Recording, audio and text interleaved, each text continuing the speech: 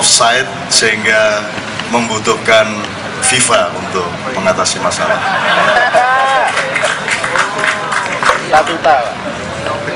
Mas Dik juga tetap dengan tusukan-tusukannya, dengan mesiu-mesiunya yang spesial.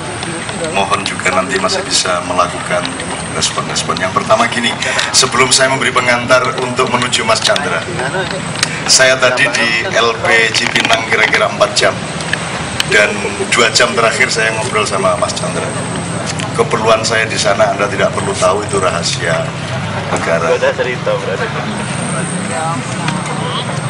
Saya tanya beberapa hal praktis dulu. Menurut Anda ketua PSSI baiknya siapa?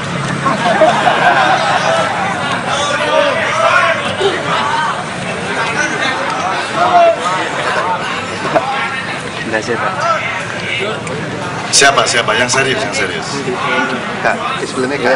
Oh, ya memang dia jago sepak bola juga, cuman kalau dia ngurusin PSSI terus kandang jurangnya gimana kan gitu.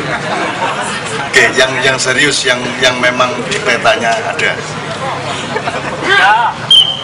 Oke, siapapun, tapi pokoknya yang penting Anda berpikir itu. Nomor 2, apa pendapat Anda bahwa akhirnya PSSI yang dianggap tidak kredibel dan tidak diakui lagi oleh Menpora atas nama pemerintah Republik Indonesia kemudian menyerahkan kepada FIFA untuk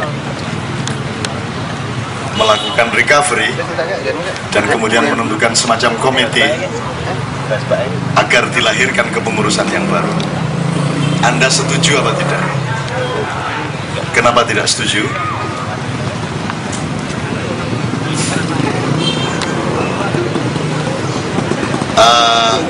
Kalau FIFA kita persilakan menangani PSSI dengan membuat komite untuk membuat pemilihan yang lebih, menurut mereka lebih rasional dan sehat. Sebaiknya itu jangan hanya di wilayah sepak bola, karena Nurdin Khalid ada di semua lini.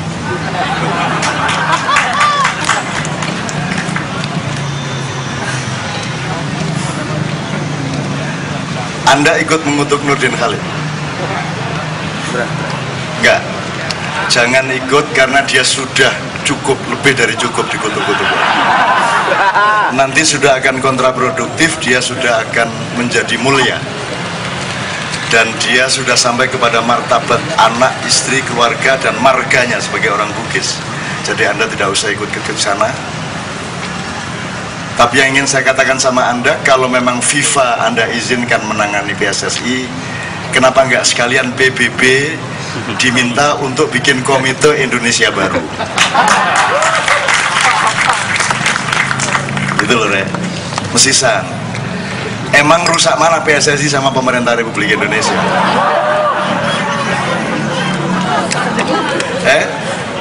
Lah iya. Oke, Nurdin Khalid punya banyak kesalahan. Emang yang lain enggak? Emang kadarnya berapa dia? Kalau rapotnya Nurdin berapa, yang lainnya berapa? Emang lainnya malah nggak terima rapot, kamu enggak ya? Tadi malah mulai bibirnya dicoret merah-merah. Oke, jadi teman-teman sekalian, Indonesia sedang berada di puncak lupa, di puncak alpa, di puncak ketidakwaspadaan, di puncak irasionalitas, di puncak kegilaan. Dalam arti yang sesungguhnya, junun. Saya mohon Ustaz Nur Samad nanti bisa menjelaskan secara epistemologis madza al-junun. Tsumma limadza khalaqallahu jinnan. Tsumma madza genius. Dari kata jin juga. Orang yang agak aneh berarti jin. Maka dia disebut jenius. Nah, ini saya mulai ngerintis soal kata kan gitu, karena beliau akan ceramah mengenai kata.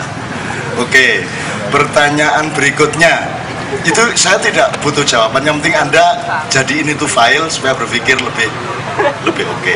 Nomor pertanyaan terakhir sebelum kita masuk ke kata, kenapa Merak macet? Banyak yang mau saya tanyakan, tapi saya tanya yang sederhana dulu. Kenapa Merak macet? Sejak ya banyak truk. Apakah dulu tidak? Sengarane akeh tikus iku ya sapa? Ya mesti ae akeh truk rek. Prauto. Iku lak ditakoni apa sebabnya bojomu meteng lah tancuk. Ngono mesti ayo. Ya mesti ae. Iku duduk jawaban niku rek. Loh, enaknya Ma'iyah itu kata-kata yang tidak boleh diucapkan oleh kiai lain di sini menjadi kalimat thayyibah. Kalimat yang menggembirakan semua orang, betul nggak? Sekarang faktanya cuma satu, Anda bergembira dan tidak melakukan dosa apapun dengan itu. Berarti dia kalimah yang cepat. Mana faktor negatifnya mana? Justru kadar tertawa tertinggi, kegembiraan tertinggi justru ketika diucapkan kata-kata iku mang. Apa itu? Ya, kenapa macet? Apakah Anda sudah pernah berpikir mengenai kapitalisasi kemacetan? Apakah Anda sudah pernah berpikir tentang industri kemacetan? Nah, tolong dicari-cari, dibuka-buka. Anda pikir macetnya puncak itu murni macet? Bisa nggak orang yang menguasai jalan, yang berhak menutup, membuka, membelokkan ke kiri dan ke kanan, bisa nggak dia mempelajari sifat kendaraan dan jalan sehingga dia bisa menciptakan macet untuk kepentingan tertentu? Bisa. Saya tidak menuduh, saya cuma ingin Anda simulasi. So, kalau Anda butuh duit karena belum setor komandan umpamanya, Anda bisa bikin macet, diperkirakan 2 jam ada polisi cepek sekian, masing-masing polisi cepek akan dapat sekian, persentase sekian akan dikasih saya, sekian akan saya kasih atasan saya. Jadi bisa nggak jalan dikapitalisasikan? Bisa, oke. Ya wes, nah Merak kalau puncak atau di daerah Porong Sidoarjo itu kapitalisasinya lokal dan untuk kepentingan-kepentingan yang ecek-ecek. Tapi kalau Merak mungkin nggak ada kapitalisasi kemacetan yang memang direkayasa untuk kepentingan dalam skala global dengan jumlah omset yang sangat tinggi? Mungkin nggak? Upamanya mungkin nggak gini? Upamanya negara misalnya Cina, misalnya loh ya, siap supply duit 24 triliun untuk bikin jembatan dari Merak ke Bakahuni sebagaimana Suramadu, dan pasti kalau itu dibikin lebih aman dibanding Suramadu karena di jembatan Suramadu dieksploitasi oleh orang Madura untuk gelundungno semongko. Daripada ngangkut truk pakai biaya, mending semongko ini disadui gelundung diri. Semongko duren, pokoknya yang bulat-bulat itu ditendangin, nanti kan sampai sendiri ke Surabaya. Nah itu tidak akan terjadi di Merak Bakahuni. Kalau orang Madura, ya tahu sendirilah, Madura itu termasuk jin tadi itu. Akalnya luar biasa, jenius mereka, luar biasa. Oke. Upamanya negara Cina siap supply mensponsori menjadi investor dari pembangunan jembatan antar pulau itu Merak Bakahuni.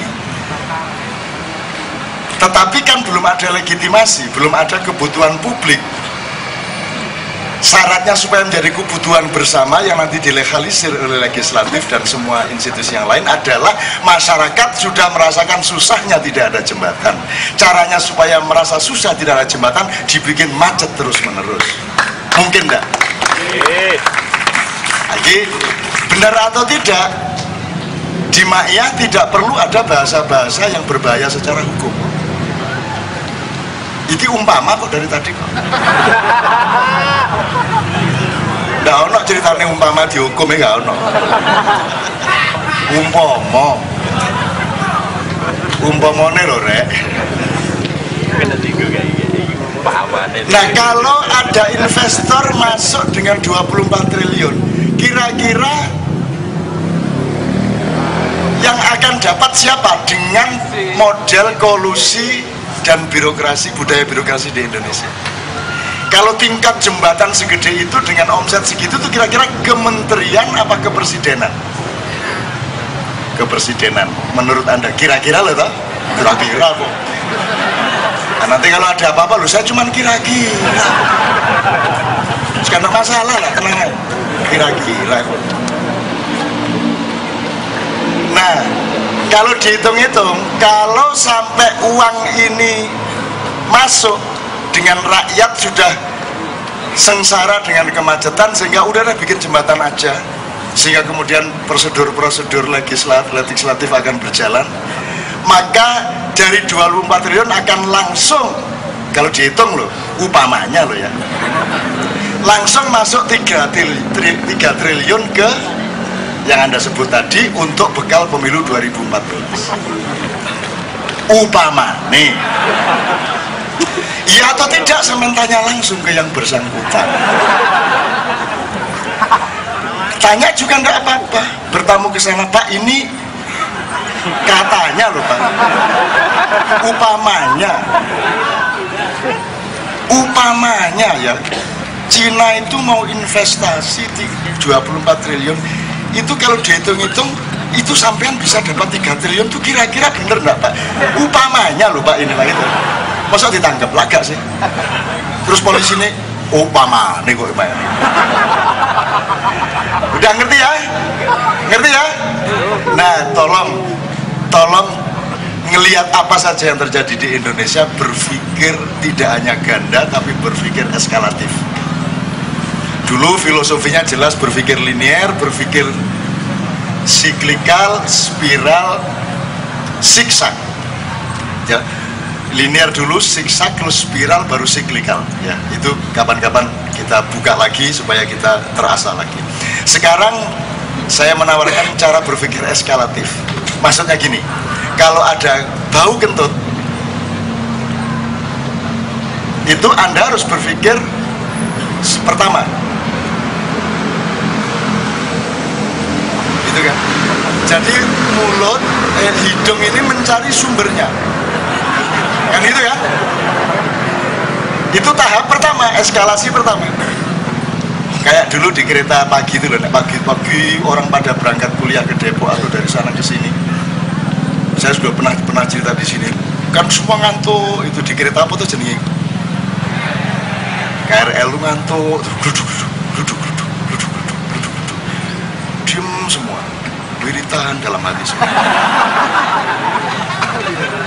Terus sehingga kalau mau kentut itu kan harus dimodifikasi sedemikian rupa supaya match sama kesunyian yang terjadi, sehingga tidak mungkin terus dot, tidak mungkin. Jadi harus dibikin fit in. Jadi ketika sunyi melata bersama gesekan-gesekan rel-rel kereta api yang dilewati oleh roda-rodanya, tiba-tiba terdengar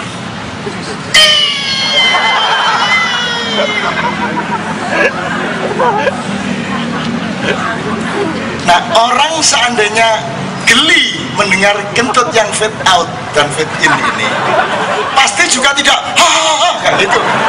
Itu nggak match secara artistik. Maka tiba-tiba setelah terdengar sebuah celutukan dari pojok, nyaris tak terdengar.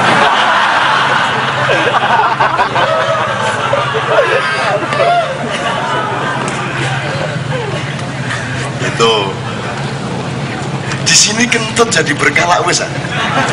Di KC ini kentut jadi berkah, ya Allah Rabbana ma khalaqta hadza batila. Betul enggak?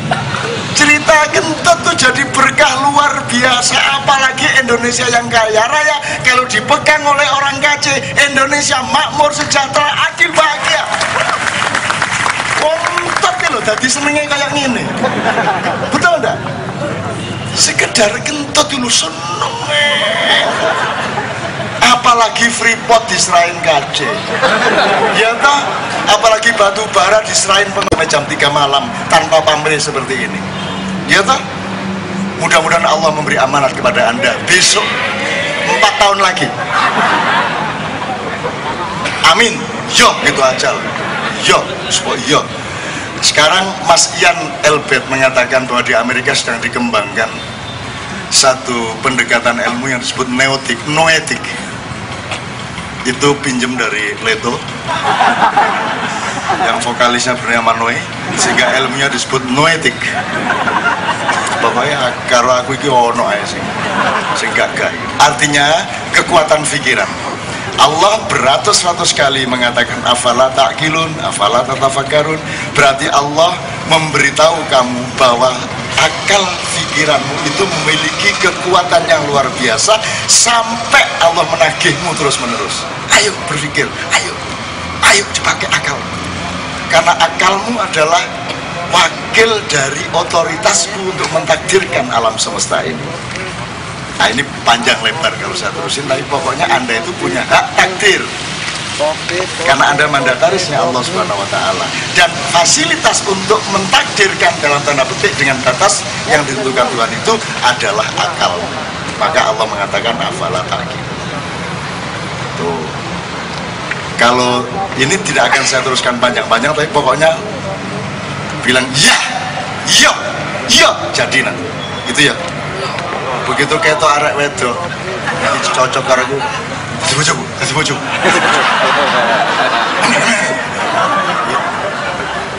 jadi nanti, jadi tenang aja, kun fayakun.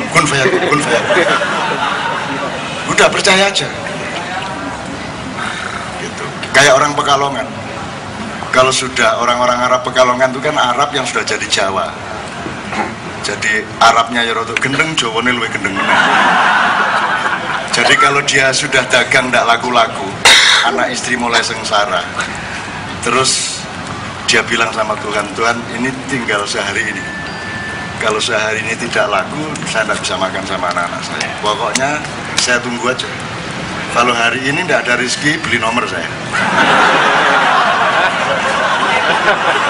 Sudah apa boleh buat?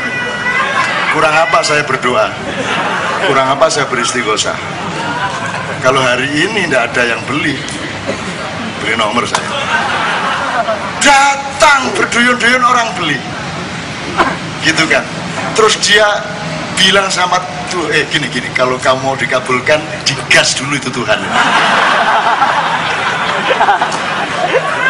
Pokoknya di peta komli dulu. Sakar sampean, gak kabul, gak apa-apa, saya tapi tunggu nomor loh. Angel musuh. Coba Tuhan digas sama dia, di sandera. Sakar orang ngabul kira masalah, ini aku tunggu nomor. Nah, kurang piye aku. Gitu.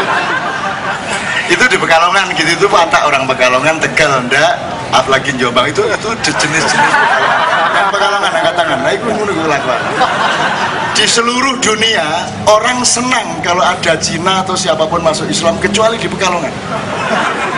Di Pekalongan jangan sampai ada Cina masuk Islam, apalagi Cina sudah tua karena sudah capek hidupnya terus masuk Islam. Dihalangi sama Habib-Habib bisa. Jangan jangan masuk Islam. Apa? Sehari 5 kali sholat, berat. Sholat lail, enak-enak tidur bangun, berat. Masuk Islam itu berat. Puasa Ramadan 30 hari puasa terus, berat. Jangan masuk Islam, jangan. Yang paling berat, sampai sudah umur 65 tahun sunat.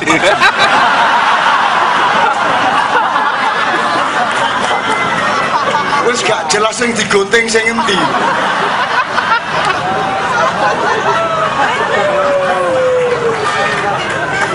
Apa umure wis sakmono iku? Penyakit saja sudah tidak berlaku. Sudah tidak mau penyakit itu. Kan penyakitnya laki-laki tahu toh? Kalau mati tergantung, kalau hidup terjepit. Iki cek mikir, ono sing cek mikir.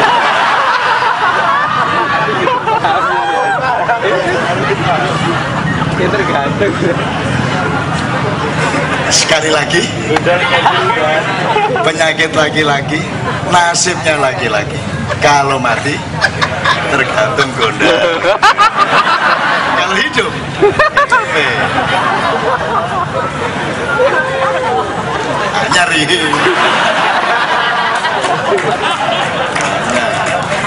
malam, besok pagi untuk modus operandi suami istri. Mas mau penyakitan apa enggak?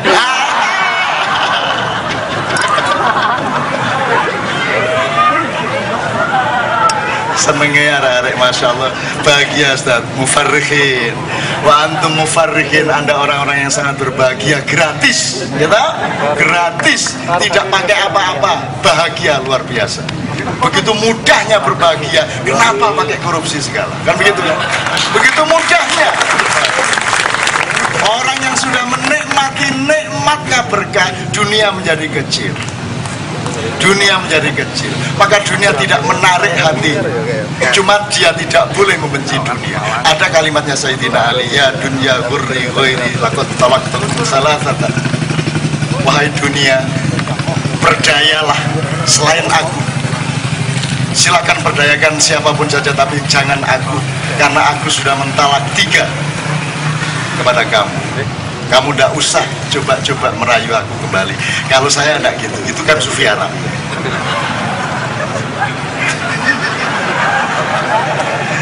Sufi Jombang tidak gitu.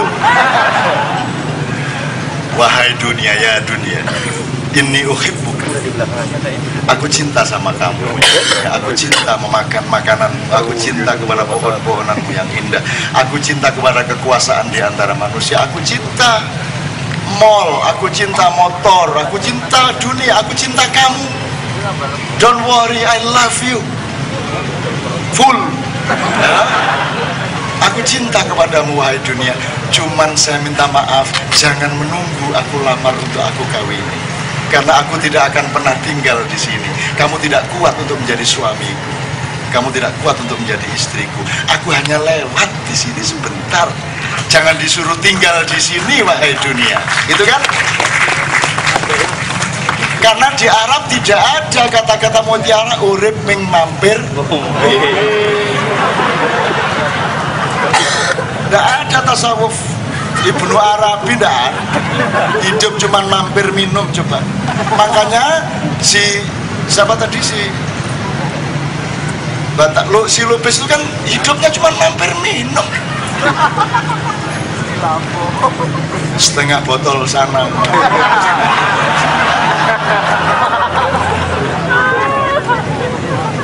Mana bis? Kan? Mampir ngombe ya. Asik. Jadi kita cintai dunia, kita tidak membenci dunia. Masa kamu mau benci tanah? Masa kamu mau benci pohon-pohonan yang begitu indah? Masa kamu mau benci langit, awan, laut, gelombang, dan ombak? Masa kamu akan benci semua? Enggak, kamu cintai. Tapi kamu tidak bisa kawin sama dia dan bilang sama dunia, aku cinta sama kamu, tapi aku tidak bisa kawin sama kamu. Kita cuma pacaran sebentar, karena aku akan kawin dengan suamiku dan istriku yang sejati, yaitu ilaihi rojiun. Di sana keabadian tempat. Engkau hanya tempat sementara, engkau terminal sementara dari perjalanan panjang. Maka kamu tidak bisa aku masukkan ke dalam hatimu, kamu hanya aku taruh di atas genggamannya. Kira-kira penyair lali tak kon niku. Aku dhewe kayak teling nek aku penyair. Oke, terakhir teman-teman sekalian, terakhir Ustaz, setelah proses penciptaan Allah, kalau dalam versi saya Israel Kanzul Jannah, iblis suruh beresin Homo erectus di bumi, suruh siap-siap nanti akan ada pemimpin baru, raja baru, khalifah baru namanya Adam. Satu tahap transformasi jenis manusia tertentu yang disebut Adam. Kemudian Israel datang ambil tanah liat dari Jombang dibawa ke surga, bikin manusia pertama yang modusnya, yang modelnya adalah Allah sendiri. Kemudian Allah meniupkan ruh, dan setelah ditiupkan ruh hiduplah Adam. Dan kemudian Allah mengatakan wa 'allama Adamal asma'a kullaha tsumma 'aradahum 'alal malaikah. Saya mohon Ustaz Nur Samad sama Mas Wijayanto membenahi kalau saya salah. Allah mengatakan, dan Allah mengajarkan kepada Adam nama-nama setiap benda. Ya, Ustaz, nama-nama setiap benda. Kemudian si manusia, si Adam yang diajari nama-nama ini diuji atau arodohum menyebutkannya kepada malaikat. Jadi malaikat asisten dosen. Dosennya Allah sendiri langsung kepada manusia. Jadi kalau kamu punya anak, jangan dipikir kamu bisa menggurui anakmu. Allah langsung mengajari anakmu. Maka kamu selalu terkagum-kagum sama perkembangannya anakmu, karena kamu sendiri tidak mampu membuat dia seperti anakmu itu. Pertanyaan saya sederhana untuk sampai ke Mas Chandra. Setahu saya, ini disebut apa, Mas? Ubi, telo, singkong. Itu kata orang mana? Kata orang Jawa. Kalau kata orang Cina, entah apa tapi ada kata-kata. Jadi ini disebut tela, ini disebut kacang, ini disebut plastik, ini disebut buku. Itu semua ciptaan Tuhan ataukah tumbuh dari manusia kemudian disepakati?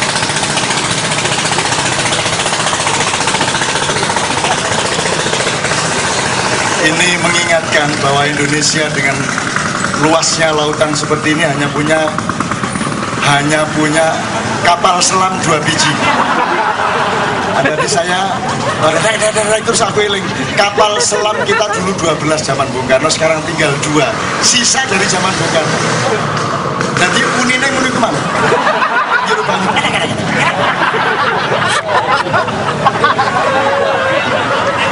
Jangan ada sesuatu lewat di kalangan komunitas Kenduri Cinta, karena mereka mengerti apa itu. Ada kata-kata dari kapal selam. Oke. Teman-teman sekalian, kuncinya gini. Nama benda itu ciptaan Tuhan atau bikinan manusia? Nah, ayo. Ciptaan Tuhan. Ini disebut tela, siapa yang bikin? Tuhan. Loh, yang bikin, yang memberi nama ini tela, manusia, menungso. Yang kasih nama ini neon, manusia. Jadi nama-nama benda yang ada dalam kehidupan itu adalah evolusi dari cara satu kelompok masyarakat menyebut kemudian lama-lama menyepakati satu kata. Misalnya di Jombang ada kue yang keras, tak, gitu di sini. Jadi tak, di gigi harus 2 kali, tak, tak, baru kriak. Nah, terus disebut tanda kriak.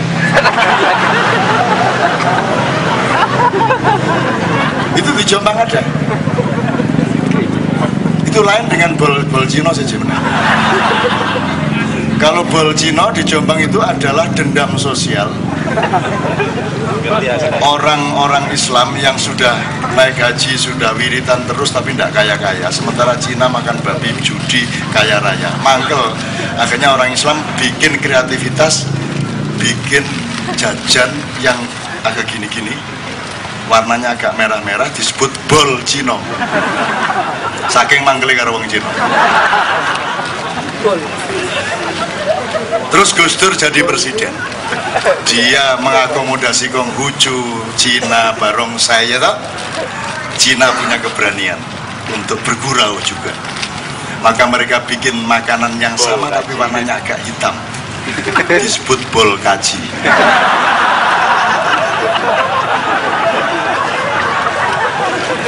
Kalau di Pekalongan tadi kenapa kok dilarang masuk Islam sama orang Islam? Lah kok penak. Gue umur 70 tahun mangan babi 70 tahun, judi 70 tahun, jur saiki mlebu Islam, jur gue taubatan nasuha mlebu swarga. Kalau penak men gue. Enak aja. Kita dari kecil santri berjuang belum tentu masuk surga. Kalau terus masuk Islam 2 hari, kamu bertobat terus masuk surga. Lah kok enak kan? Gak usah masuk Islam. Itu. Wah, itu Saya sama Kiai Kanjeng kemarin ke Pekalongan tuh, Masya Allah, orang Pekalongan, ya Allah, Masya Allah. Termasuk bagaimana berpoligami yang santun itu ada di sana. Supaya istri meloloskan tuh ada caranya. Iya, ayo, siapa? Iwan. Jadi korbankan waktumu sekitar 6 bulan dan bilang sama teman-temanmu, tolong sebarkan isu bahwa aku akan kawin lagi. Akhirnya tersebar isu bahwa Iwan mau kawin lagi. Istrinya marah, tiap hari marah, berminggu-minggu sampai 6 bulan istrinya marah. Terus Iwan bilang, ya sudah silakan buktikan mana buktinya bahwa saya mau kawin lagi.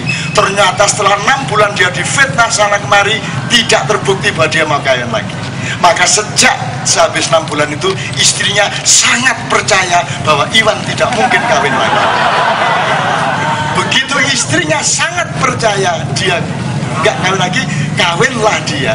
Kemudian orang ngomong, wah Iwan kawin lagi, istrinya nggak percaya. Coba, itu teknologi budaya seperti itu hanya di Pekalongan. Masya Allah. Oh, no. Ya silakan berpikir.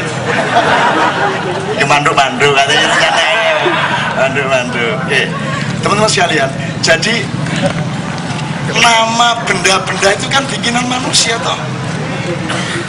Di Cina Kamsia, di sini terima kasih tur kesuwun, gitu, matur nuwun gitu. Di mana arigato, terus syukron, thank you, segala macam. Lah terus yang diajarkan Allah kepada Adam itu kan nama-nama apa? Yang diajarkan Allah kepada Adam itu mosok dam gini, iki telo. Mosok ngono. Masa Allah ngajarin Adam iki telo le. Kita talentung. Kan waktu itu belum ada nama-nama karena belum ada komunitas yang berproses.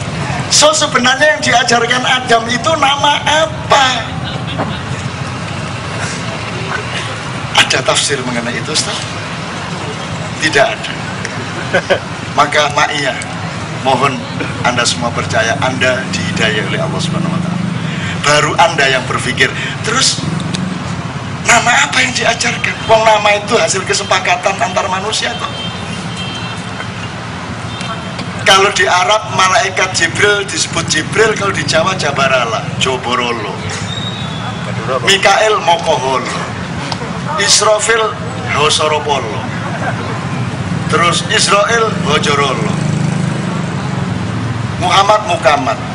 Bahrudin Brakotin. Itu semua hasil dari budaya manusia. Jadi yang diajarkan Allah apa kepada Adam? Tidak ada yang bisa menjawab ini. Sama dengan ketika Jibril disuruh Tuhan bilang kepada Muhammad, baca. Untung Muhammad orang Arab yang santun dan lembut. Anak Nabi ini wong kene. Sampai itu gendeng tayo apa? Sing diwaca niku napa? Rene gak nggawa buku, gak nggawa koran, ngongkon maca. Sampai ini malaikat temenan ta? Itu kalau malaikatnya orang sini kan gawat. Kan nabinya orang sini kan gawat. Utawa mau jalur drug. Ikra.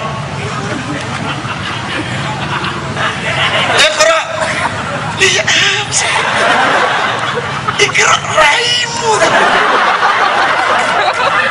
Sing diwaca iku apa? Kula niku mboten saged maca. Umpama iso wong sampean mboten nggawa buku. Maca apa kula niki? Iku Jibril aku kudu guyu dhewe. Iya ya. Iya. Aku iki digomong gendeng ya. Maka dari situ intinya adalah membaca itu nomor satu tidak literer. Membaca yang utama bukan huruf-huruf. Membaca yang utama adalah fakta-fakta, informasi-informasi yang ada di dalam semesta dan di dalam diri manusia. Itu yang kamu baca. Kok jantung saya berdegup terus ya? Tak suruh-suruh berhenti kok nggak mau ya? Keren, keren. Nggak mau dia. Nggak mau tuh mas. Nah dibaca, berarti jantung sama sekali langsung berada di bawah kendali Allah. Meskipun sistemnya namanya sunnatullah. Listrik, urat saraf kita itu berlaku seperti listrik. Kita baca, nah alam kita baca, diri kita baca. Jadi intinya Iqra itu adalah membaca alam semesta, fil afaqi wa fi anfusikum. Terus saya kembalikan terakhir kepada nama tadi. Gak bisa jawab yang diajarkan Allah itu nama apa. Dan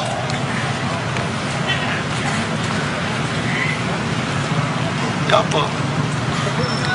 Tapi ada satu yang pasti bisa kita pelajari, berarti nama itu penting. Nama itu harus kamu perhatikan benar-benar. Nah ini Mas Chandra sudah meneliti 30 tahun mengenai nama dan logo atau simbol-simbol. Dia menemukan 9 hipotesis.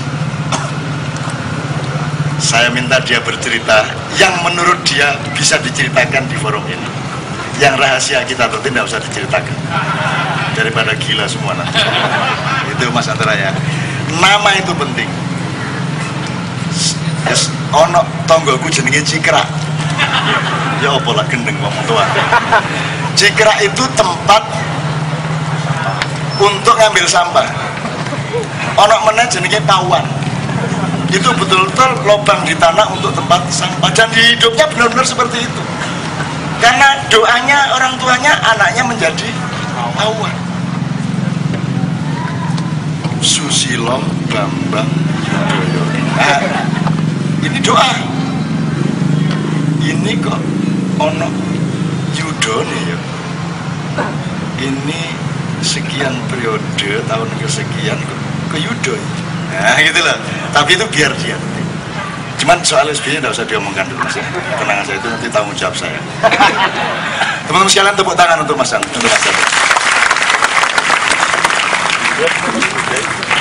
Kalau kata Allah diganti satu hurufnya boleh? Kita. Boleh, ya? Sebagai contoh gini, saya contoh sederhana saja. Kalau saya kenal Cak Nun, dengan kedudukan presiden, saya tidak pernah panggil namanya Bapak Presiden, Bapak Presiden. Ujung-ujungnya Cak Nun akan pecat saya karena nama saya nggak pernah dipanggil. Ini fair. Jadi kita kalau mau mentang-mentang kita kerja capek cari nari beca, mau minum, mau makan tanpa nyebut namanya, statusnya jadi tidak halal. Jadi nama itu otomatis. Dan saya yakin saudari-saudari kita, putri-putri yang hadir di acara Kenduri Cinta ini, kalau namanya tidak pernah disebut sama calon pacarnya, saya yakin akan diusir, apalagi diterima gitu. Jadi nama itu merupakan kehormatan. Dikurangin satu huruf itu akan mengalami masalah sedemikian rupa. Jadi kalau Allah dikurangin L, maka dia jadi Allah, otomatis dia akan sangat murka. Apalagi dibaca dengan nada Indonesia lah. Ya, sama seperti misalnya saya dengan nama Chandra ya, R-nya dibuang jadi Canda gitu kan. Wah, saya kan tersinggung. Chandra yang tadi berarti apa, Dewi Bintang, menjadi Canda, sekedar tawa aja gitu kan. Itu bahwa jangan main-main satu huruf tergeser. Artinya kalau nama Allah tidak boleh diganti sehuruf pun, maka setiap titik, setiap huruf, setiap warna dari semua nama-nama kita dan nama-nama negara kita, nama negara kita juga tidak bisa dirubah. Artinya dia begitu pentingnya, gitu kan? Bukan, beda. Enggak, maksud saya gini, begitu pentingnya sehingga kamu, bukan saya melarang merubah, maksud saya itu penting banget, jadi kamu hati-hati kalau bikin gitu loh, maksud saya gitu. Ya, karena yang bikin dulu kan udah dipanggil pulang semua. Kita doakan mereka agar diampunin. Nah, kita agar tidak buat dosa, maka kita buat pencerahan bahwa nama ini salah. Dunia banyak yang memperbaiki nama. Tetangga kita Malaka berubah jadi Malaysia. Ibu kotanya Kuala Lumpur sekarang berubah jadi Putrajaya. Kita bisa lihat Brunei menambah-nambah Darussalam. Burma pada abad 19 namanya Burma pakai H. Pada abad 20 berubah jadi Burma. Pada abad 21 berubah jadi Myanmar. Nah, itu berubah yang salah. Kita ingin merubah dari salah jadi yang lebih bagus. Sebagaimana saya gambarkan bahwa bangsa ini layak memakai nama 3 alternatif besar. Pertama, Indonesia Raya satu kata. Jadi kalau Indonesia Raya satu kata, tidak akan ada pulau nanti yang lepas ke negara lain. Nah, kita ingin malah menambah karena kekuatan raya. Nah, kalau tidak suka dengan nama itu, ingin mengambil nama yang pernah tahan uji, ada 66 nama negeri yang saya gambarkan tadi, dari mulai Sunda, Buana, Mataram, Majapahit sampai Minangkabau dan lain, silakan pilih. Nggak suka lagi yang udah pernah tangguh sebagai bangsa yang merasa pintar, silakan gunakan nama baru sama sekali dengan unsur surga, sehingga setiap disebut oleh negeri ini, unsur surga datang pada negeri ini, yang memang sesungguhnya di bawah tanah negeri ini, di lautan negeri ini penuh unsur surga yang membuat saudara-saudara kaya di negeri ini. Kalau didoakan dengan benar, saudara-saudara mungkin sulit untuk pergi ke tanah suci, bisa jadi saudara-saudara akan berkali-kali pergi. Saudara-saudara yang umat Kristiani mudah pergi ke Yerusalem karena unsur surga dihadirkan begitu rupa, sehingga rezeki anak negeri ini akan lebih hebat dan lebih besar. Tidak perlu jadi TKW di Kemplang, pulang lagi, pergi lagi jadi TKW, seperti tidak naik kelas. Terima kasih. Ya, jadi Mas Chandra jangan salah paham. Tadi saya mungkin salah urutan kalimat saya. Jadi gini, maksud saya misalnya nama siapapun aja, misalnya Yusuf Kala gitu kan, diganti Kusub Kala ya Kak. Nah, kalau memang kan tidak pernah boleh kita merubah. Kalau memang tidak boleh dirubah, mbok ketika bikin itu beneran. Nah, masalahnya sekarang kita nggak bikin beneran, gitu loh. Loh, seharusnya Tuhan yang Maha Esa malah dikasih kesamaan. Jadi Tuhannya tidak ada. Karena yang di situ sifat Tuhan, Tuhannya tidak ada. Jadi ini negara tidak bertuhan sebenarnya, secara resmi, gitu ya. Lambangnya bintang. Itu saya yang dimarahi sama Tuhan. Bangsamu ini tai. Kok tai ya nopo? Loh, sing gawe bintang saya, malah saya dilambangkan bintang. Emangnya saya hotel? Ngono ya. Tuhan marah sama saya. Jatuh lagi. Mau obat sakit kepala bintang 7 Indonesia. Bangsamu ya apa? Tuhan marah. Gitu kan? Jadi emang saya hotel atau apa? Iya nih. Bir bintang. Emang saya bir. Maka sekarang karena kamu melambangkan saya, memberi lambang saya dengan bintang, kamu saya bikin teler sehingga kepalamu berbintang-bintangan itu. Saya mau tanya satu hal lagi, setelah itu saya jawab satu, Ustaz Nur Somad, kita akan bucai dengan Mas Wijayanto. Ada nama yang Anda sebut yang sangat bagus, dan sekarang Anda yang akan punya anak, tolong kasih nama berdasarkan prinsip ini. Allah sama Muhammad itu ada keistimewaan, yaitu ada 2 huruf yang jejer. Allah LL, Muhammad MM. Tolong dijelaskan kenapa ini istimewa. Baik, terima kasih. Jadi dari hasil penelitian saya dalam 9 hipotesis, yang kita ketahui bahwa huruf itu ada 26. Ternyata setelah saya teliti, huruf itu ada 33. Yang sesuai pertanyaan Cak Anun tadi, huruf yang kembar, misalnya AA, NN, LL seperti nama Allah, MM seperti nama Muhammad. Nah, ternyata ini adalah huruf yang paling kuat dari 33 huruf yang ada. Bukan hanya sekedar 26 itu. Jadi huruf dempet ini dia lebih kuat. Nah, kenapa lebih kuat? Ternyata ini hanya dimiliki nama Allah dan nama Nabi yang satu. Nabi yang lain tidak punya huruf yang dempet. Nah, karena ini budaya anak bangsa ini yang menghormati huruf yang dempet itu, harusnya huruf yang kembar itu milik anak bangsa ini. Nah, salah satu contohnya Cak Nun itu benar. Jadi Muhammad Ainun Najib. Jadi antara N di nun belakang dengan Najib kan dempet, ada N yang dempet. Maka ada energi Tuhan di situ. Maka dalam keadaan khusus sekalipun Cak Nun nggak akan pernah takut itu, karena memiliki nama yang dempet.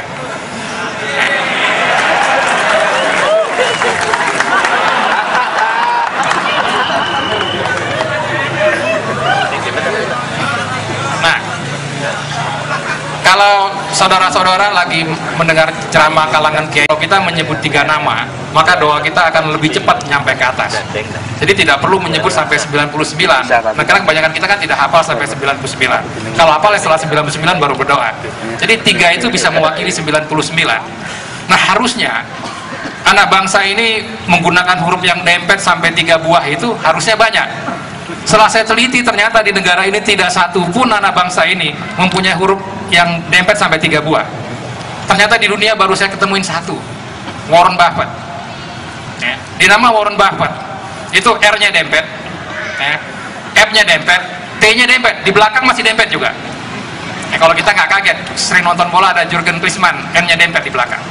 Nah, kalau penduduk negeri ini yang harusnya menghormati huruf yang dempet itu malah tidak menggunakan. Sebagai contoh misalnya begini, kalau orang Jawa pakai nama Bagio, dia tulis G-nya 1. Orang Italia nulis Bagio, G-nya dempet. Ya. Terus terang, pada umur yang sama, orang Jawa yang nama Bagio G1 main bola, dia kelemar-kelemar. Tapi Bagio yang G-nya dempet bisa jadi pemain terbaik dunia. Kenapa? Karena dia menggunakan energi Tuhan, yang saya bilang ada nama unsur Tuhan atau nama Muhammad di situ. Jadi saudara-saudara nggak perlu kaget kalau calon punya huruf dempet, gayanya akan menggebu-gebu tinggi, gitu. Karena ada yakin bahwa unsur Tuhan akan selalu hadir di situ. Nah, kenapa Warren Buffett mempunyai tiga huruf nama seperti itu? Nah, karena dia yang memiliki satu-satunya saat ini yang saya lihat di dunia, maka akan sulit baik anak negeri ini maupun anak bangsa lain mengejar kemampuan Warren Buffett. Warren Buffett tidak sampai S1. Warren Buffett hanya sarjana muda. Berapa banyak profesor, PhD, segala macam di negara ini kena kalah nama dengan Warren Buffett, dia pasti kalah kaya dengan Warren Buffett.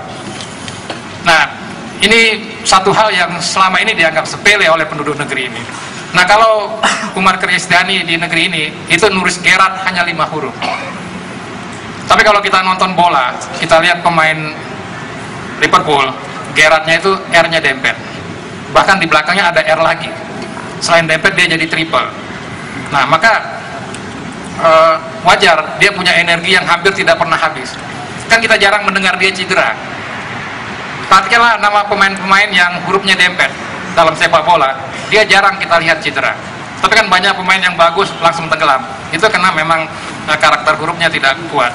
Jadi saudara-saudara pengagum, penggemar Republik Kenduri Cinta, jangan khawatir. Amirul Mukminin kita akan selalu fit, punya energi tinggi karena punya nama huruf yang dempet. Saya sekarang paham kenapa orang Madura selalu mendobelkan huruf. Ya jelas ini. Ya, semua double. Saya tanya, Bu, pesantren gulu-gulu di mana? Tidak tahu saya, menurut. Tapi begitu dia jalan balik, oh, lu gulu. Baru dia sadar yang saya omongkan. Ketika saya bilang gulu-gulu, dia enggak paham. Tapi begitu, oh, lu gulu, nah, baru dia paham. Oh, jadi makanya Madura itu bisa melakukan yang Anda tidak bisa lakukan. Dia jualan sate di Rusia, tidak perlu bahasa Rusia. Dimanapun dia tidak belajar bahasa manapun, tetap bahasa Madura. Di kalangan jin nganggo cara Madura ya.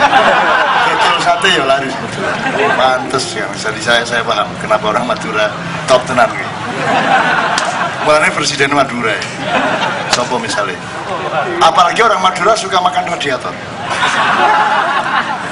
Jadi orang Madura belajar bahasa Jawa. Anakku sing nomor loro, wetengi loro. Maksudnya anakku sing nomor loro wetengi loro. Tapi dia terbalik. Anakku sing nomor loro, wetengi loro. Mergo mangane radiator.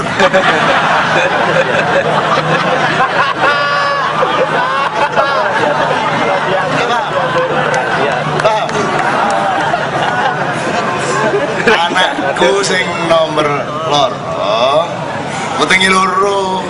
Loro ya, bukan loro ya, wetengi loro. Mergo mangane radiator. Makannya radiator, maksudnya makannya tidak diatur. Tapi kalau orang Madura makannya radiator. Oke, 3 pertanyaan. 3 pertanyaan, 1 ya Mbak. Proporsikan pendekatan metodologis beliau tadi pada makomat ilmu yang setepat-tepatnya. Pertama,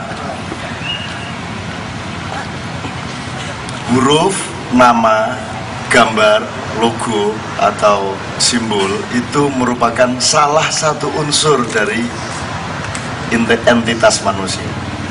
Apa itu manusia, individu atau institusi. Jadi dia punya unsur yang lain, manusia punya unsur lain, sehingga nanti pasti akan ada pendekatan lain yang misalnya Mbak siapa tadi mengatakan, jadi ini yang beliau omongkan kuantitatif, sementara dia menanyakan kualitatif. Jadi ada nama yang secara kuantitatif dia tidak memenuhi syarat seperti yang dihipotesiskan oleh Mas Chandra, tapi di ketidakbagusan nama kuantitatif itu bisa dikalahkan atau ditenggelamkan oleh kekuatan kualitatif dari nama itu, bisa aja. Tuh. Jadi huruf, kata, dan simbol bukan satu-satunya faktor dari manusia. Dia punya faktor-faktor yang lain, sehingga komprehensi dari faktor yang berbeda-beda itu harus kita pelajari juga. Satu ya. Nomor dua, itu sama dengan Anda nganggu ake. Kalau Anda pakai ake, mungkin Anda punya pengetahuan dan perhitungan, kalau pas saya ngadepin kekuatan besar saya pakai ini, ake ini. Kalau saya membutuhkan kelembutan, saya pakai ake itu. Yang ingin saya omongkan kepada Anda adalah jangan sampai Anda menggantungkan diri kepada ake Anda. Anda harus mengatur ake Anda. Jadi ilmunya Mas Chandra juga Anda atur. Kalau Anda punya kekuatan yang lain yang sifatnya lebih uluhiyat, maka kekuatan dan kelemahan dari nama kuantitatif itu bisa sekunder, karena yang primer adalah yang kualitatif, bisa aja. Tapi kalau sama-sama kosong, kuantitatif yang tidak paham, kualitatifnya yang tidak, ya sudah tinggal terseret oleh nasib dari nama yang salah itu. Nah saya kira mulai hari ini orang KJ saya kira tinggal menambahi satu huruf lah di setiap namanya. Ono ae wis. Saya Wijayanto, Wijayanto.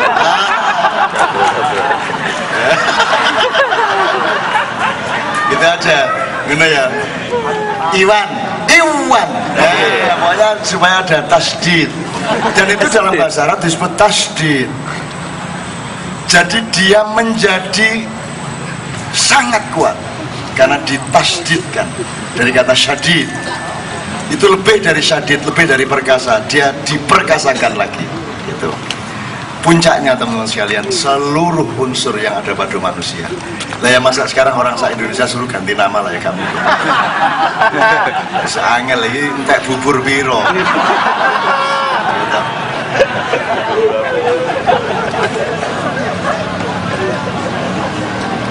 KTP dirobah biayanya bisa triliunan semua. Maka saya ingin mengingatkan Anda ini khalifah, Anda ini pemegang mandat takdir dari Allah. Kalau Anda disuruh mewakili Allah, maka tanggung jawab Allah adalah menitipkan prosentase tertentu dari otoritas Tuhan. Nomor dua, dia pasti ngasih fasilitas dan kekuatan. Nomor tiga, dia pasti ngasih perlindungan. Kan itu. Katakanlah Tuhan itu direktur, Anda itu sopir. Kalau Anda disuruh nyopir truk ke Surabaya, maka pasti truknya disiapkan, sangunya disiapkan, bensinnya disiapkan, keperluan makan dan nginap disiapkan. Dan kalau ada apa-apa di jalan pasti Anda dibelain oleh direktur Anda, kan begitu. Demikianlah posisi Anda di hadapan Allah. Anda khalifah, Anda punya hak untuk mentakdirkan diri Anda sampai tingkat yang Allah mengizinkan, kan begitu. Maka ya sudah, nggak usah ganti nama, tapi kalahkan namamu itu dengan kekuatan batinmu, bener lah. Gitu ya. Jadi kok terus sopo misalnya Gandhi, terus sing ditambahi apanya? Gandhi. Ene loro. Enggak nang mertuane, Pak, nama saya Gandhi. Iki arek gendeng kating lamar anakku. Tepuk tangan semuanya untuk Mas Chandra. Bulan depan mudah-mudahan Mas Yan Leonard Beth bisa meneruskan tahap ini dengan ilmu yang sedang berkembang yang tadi saya sebut noetik tadi, karena sesungguhnya semua nama-nama itu berasal dari output proses berpikir, kan begitu. Nah, proses berpikir itu sedemikian rupa pentingnya pada manusia, tapi tidak pernah digunakan secara sungguh-sungguh, sehingga Tuhan selalu menagih afala ta'qilun, afala tatafakkarun, dan seterusnya. Sekali lagi saya persilakan Mas Chandra untuk turun ke bawah. Puncak acaranya nanti sudah pasti adalah Ustadz Wijayanto. Oh, di double kabeh.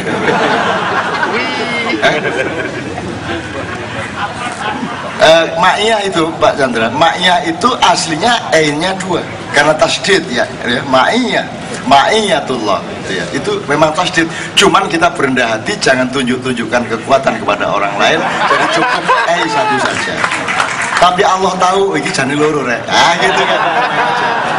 Itu aman kita. Tuhan juga ngerti diplomasi, Tuhan juga mengerti bagaimana menyamarkan itu sesuatu yang baik. Makanya nama saya tidak saya sambung, Ainun spasi Najib, supaya orang tidak sadar betapa sebenarnya mengandung kekuatan ketuhanan.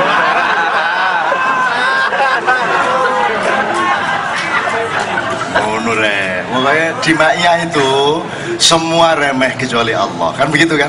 Semua yang ada pada kita harus bisa kita remehkan, karena yang sesungguhnya agung dan perkasa dan sejati hanya Allah Subhanahu wa Ta'ala. Sehebat-hebat kita harus bisa menertawakan diri kita sendiri. Kelemahan Pak SBY adalah sedikit pun tidak punya kemampuan untuk menertawakan dirinya sendiri. Maka pekerjaan menertawakan itu dibagi rata ke seluruh Indonesia.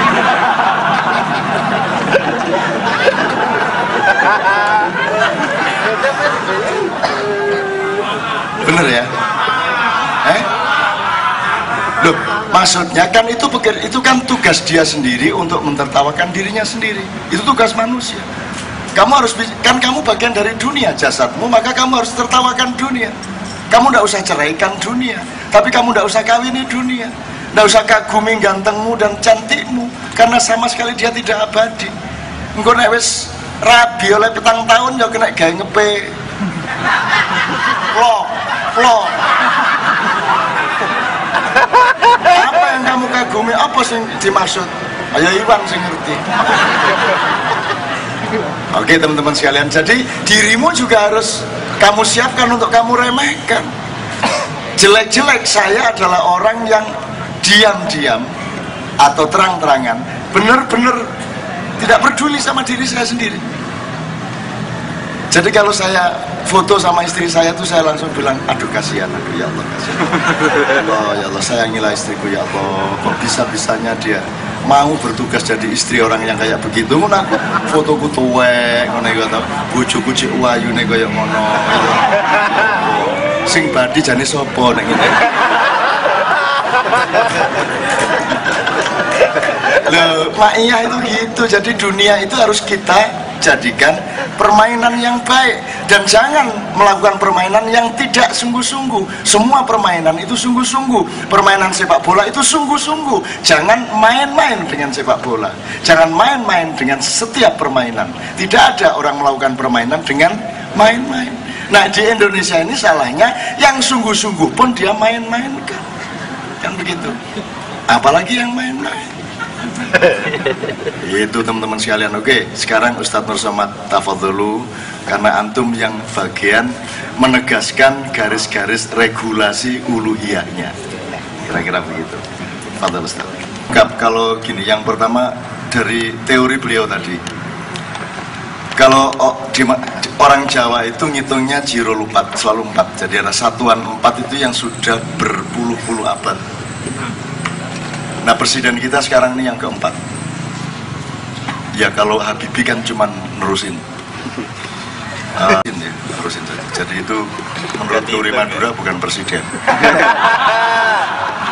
Kalau bagi orang Madura gubernur Jawa Timur itu cuma satu, Pak Muhammad Nur. Lo nek Karwo itu cuma penggantinya.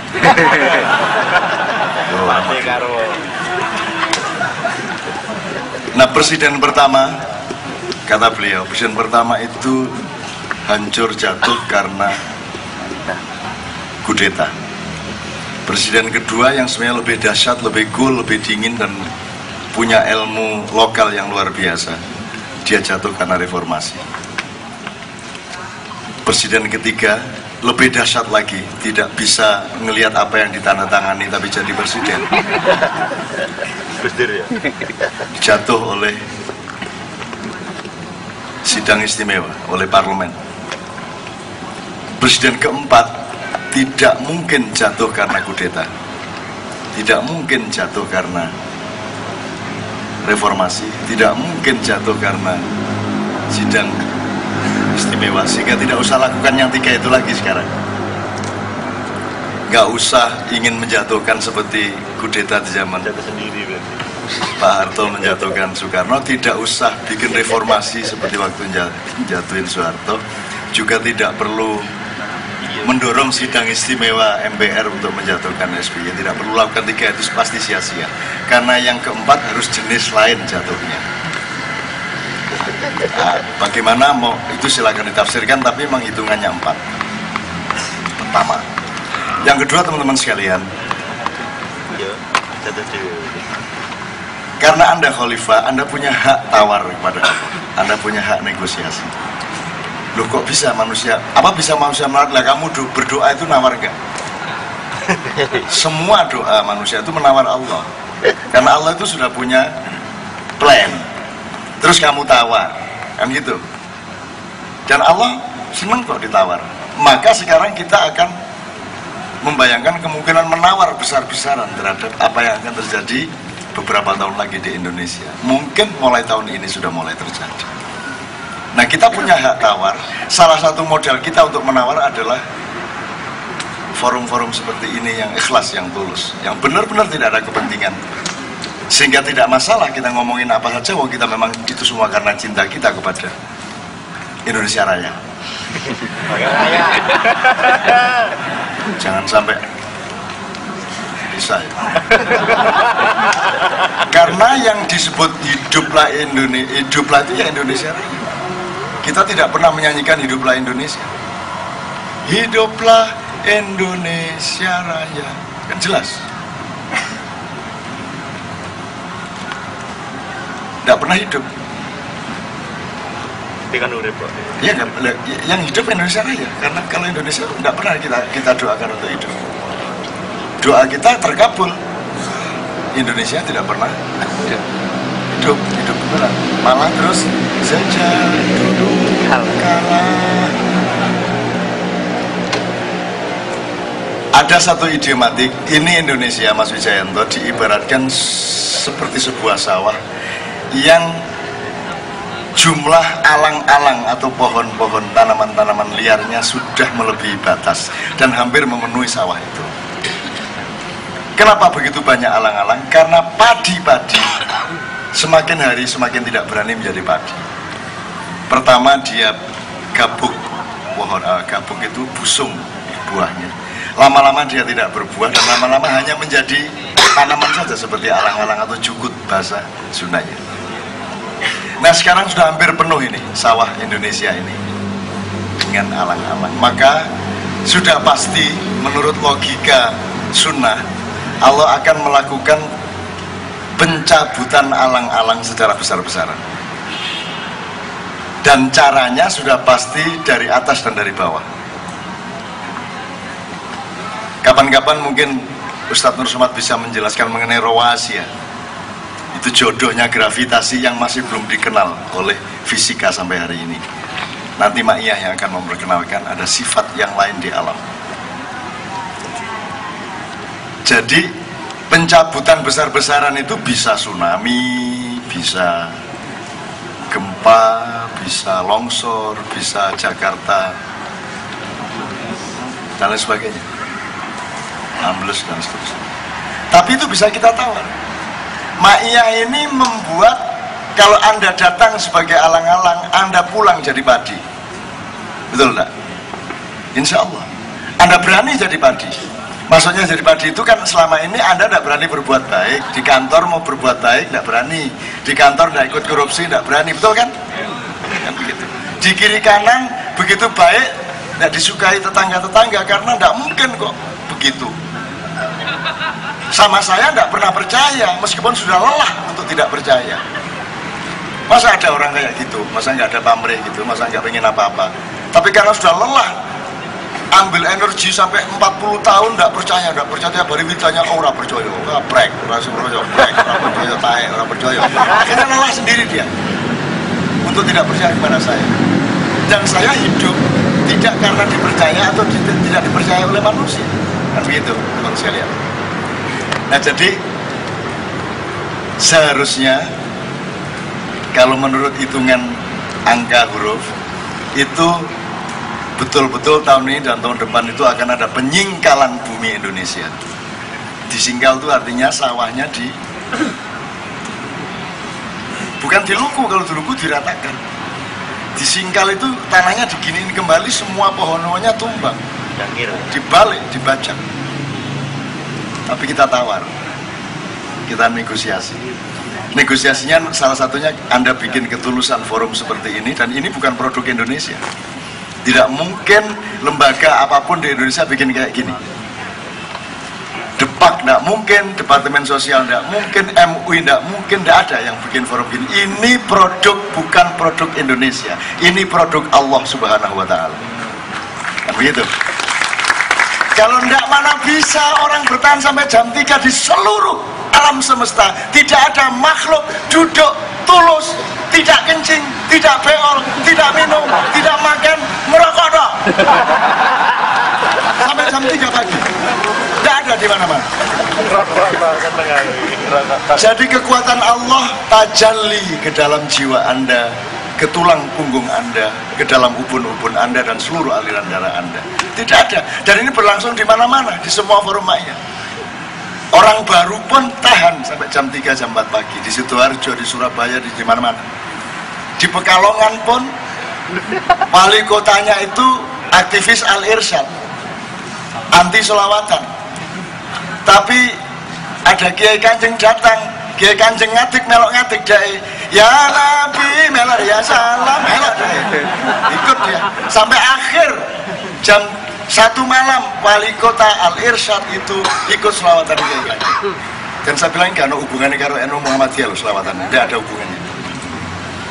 Dan tidak usah mengurus NU Muhammadiyah dalam hubungan dengan saya, sebab saya sudah konfirmasi. Ya jelas, saya sudah tanya sama Rasulullah SAW. Saya sebaiknya masuk NU apa Muhammadiyah ya Rasul. Terus Nabi Muhammadnya nih, apa? Saya ini masuk NU apa Muhammadiyah? NU itu apa? Yang satunya apa tadi? Muhammadiyah. Loh, kok kayak nama saya? Sudah nyata bahwa Nabi Muhammad tidak ikut NU maupun Muhammadiyah. Lah saya pengikut Rasul, pengikut Nabi. Jadi ya saya tidak masuk NU, tidak masuk. Tapi saya cinta sama NU, saya cinta sama Muhammadiyah. Maka di Jogja segera akan kita launching satu lembaga ilmu, majelis laboratorium ilmu yang saya beri nama Nahdlatul Muhammadiyah. Resmi. Sedang digodok dan segera akan berdiri. Saya minta Pak Wijayanto kalau boleh menjadi salah seorang dewan pakar di sini. Bukan gerakan massa, tidak nyanyi NU, tidak nyanyi Muhammadiyah, tapi untuk justru menciptakan garis sambung manfaat dan barokah antara NU dengan Muhammadiyah, gitu loh. Jangan khawatir, kita tidak menyaingi siapa, kita tidak akan merebut apa-apa dari dunia ini. Wahai dunia, aku cinta kepadamu, tapi aku tidak akan mengawinimu. Aku hanya lewat numpang minum kepadamu. Minum itu artinya minum bir. Nek minum teh, nek minum teh itu wedangan. Ya setuju. Padahal aku dulinan, aku guyon sampai temenan. Di antara teman-teman itu kalau nek minum itu ya bir, nek teh kopi itu wedangan. Jadi kan jadi Jawa kan mampir ngombe, berarti minum, tutup mampir wedangan. Maka hidup adalah minum bir. Nah metodenya kalau Gusmi Waliullah dulu minum bir hitam, begitu sampai di mulutnya jadi air. Tapi kan status sosial budaya dan fikihnya minum bir hitam. Dia kalah tinggi ilmunya dari saya. Kalau saya minum air putih sampai dalam jadi bir hitam. Statusnya minum air putih toh, merdeka dari haram dan halal, dan merdeka dari hukum yang, tapi begitu masuk rasanya bir hitam. Angel lagi malaikat mungkin nyatet tinggi. Lajurnya di buku itu susah banget. Oke, supaya Pak Wijanto cepat, intinya teman sekalian tolong terus ini.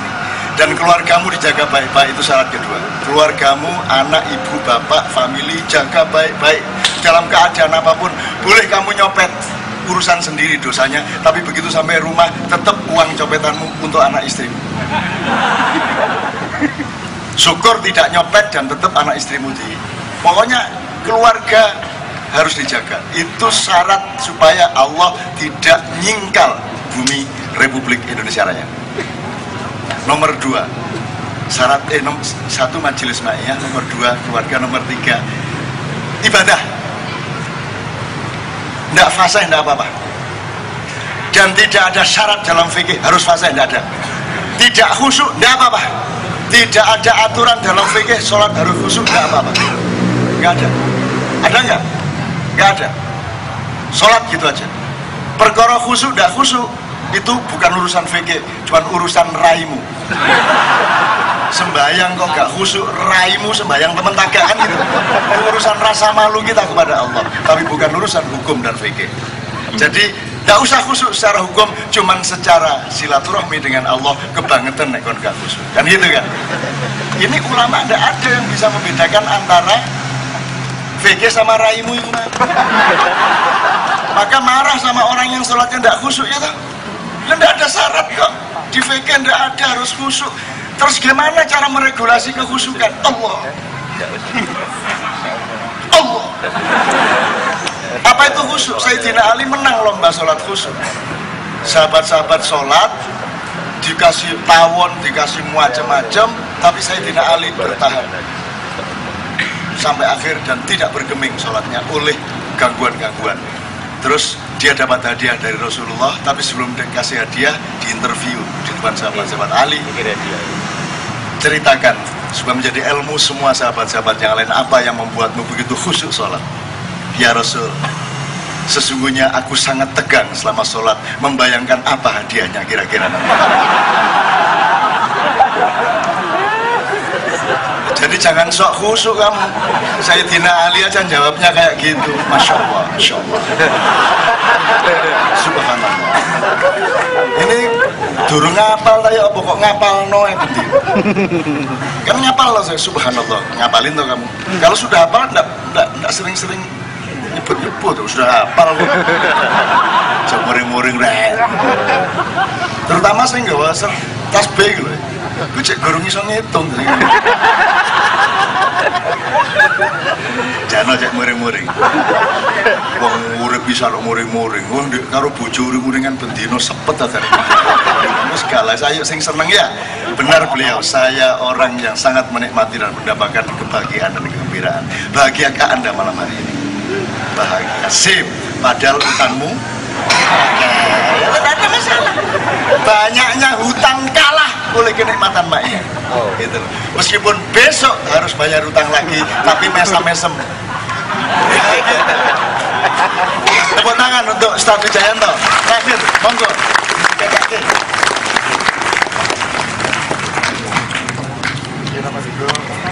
Diri. Pak nggak bayar nyuruh.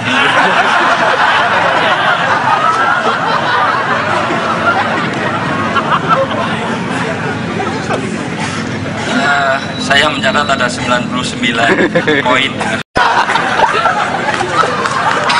9 itu angka penuh. Terus yang jelas adalah menurut CEO yang baik. Jadi, mengenai anak dijodohkan siapa, saya cukup bisa menghitung untuk angka-angka itu. Terutama kalau CEO kucing itu jangan dapat CEO anjing. CEO anjing dan kucing itu berantem. Kalau anjing itu bakatnya dapat CEO-nya itu monyet, jadi topeng monyet. Indah sekali. apalagi kalau horoskopnya Capricorn itu sangat tidak cocok dengan Pisces. Karena kalau Capricorn itu adalah kambing dan itu di darat, Pisces itu di laut. Darat dengan laut, maka ketemunya hanya di pelabuhan. Itu kalau jadi suami pasti jadi Bang Toyib, kalau istri Jablay.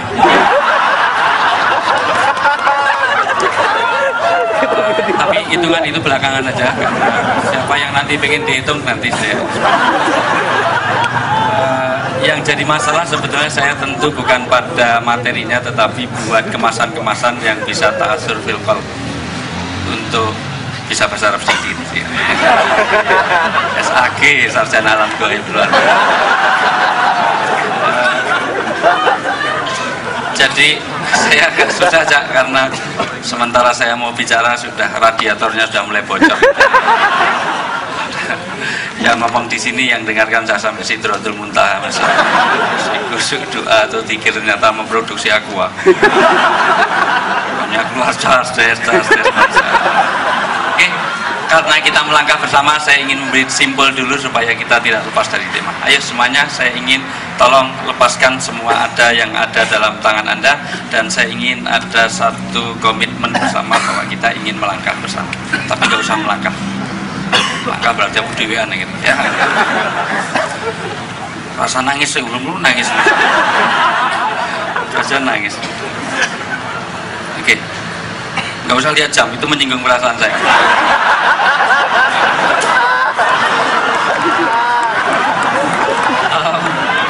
Saya ini susah ya. Ya kalau beberapa kali karena saya banyak keluar, nggak bisa datang Maya karena banyak keluar lah di Kenduri Cinta ini. Ke Bantul, ke mana gitu, jadi ke Tangerang, ke kemarin umroh terus terang saya. Iya, bulan ini untung belum nabrak, tapi Mei saya akan berangkat lagi, nanti ya pertengahan ini juga berangkat lagi. Insya Allah saya bukan gratis, kalau saya istilahnya sokeh mas turoh, jadi sokongan nih wong akeh masih turah, itu mas.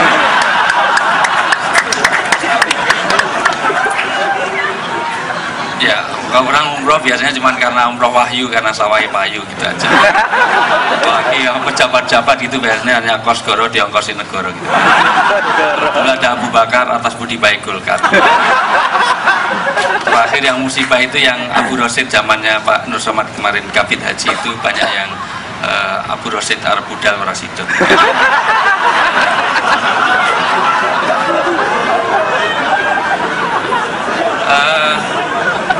Ada macam-macam, ada Haji Mansur karena halamannya kena gusur, ada haji macam-macam, ada Haji Tomat berangkatnya tobat pulangnya kumat, sebelum berangkat asik suka beli nomor, begitu pulang dari bandar. Oke. Tolong komitmen kita bangun dulu, karena sekarang saya ingin semuanya, tolong semuanya tepuk satu. Gak akan kompak kayak gini kok bersama itu. Sebenarnya saya ada simulasi kecil, tapi LCD-nya sudah dibawa pulang. Nanti lain kali aja. Nah, sudah sulit, pasang lagi jam 5 baru selesai. Makanya kalau cari suami jangan yang berkacamata, karena ada kecenderungan orang yang berkacamata itu kurang setia. Itu secara psikologis. Karena kalau bangun tidur dia tidak mencari istrinya, tapi mencari mana kacamata.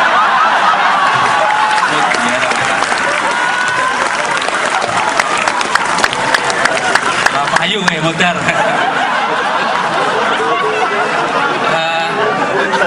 Oke, semuanya tepuk satu. Bagus, ludah lumayan. Tepuk dua. Tepuk satu. Tepuk tiga. Tepuk pramuka.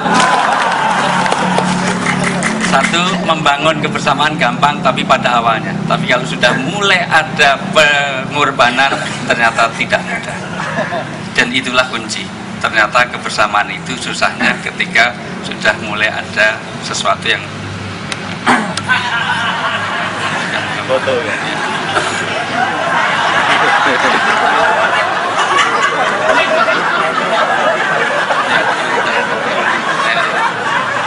Nanti di FB ya, paling enggak ya. Atau di BP, enggak saya. Tapi kamu nggak punya BP, kamu punyanya B4, bukan BlackBerry bego.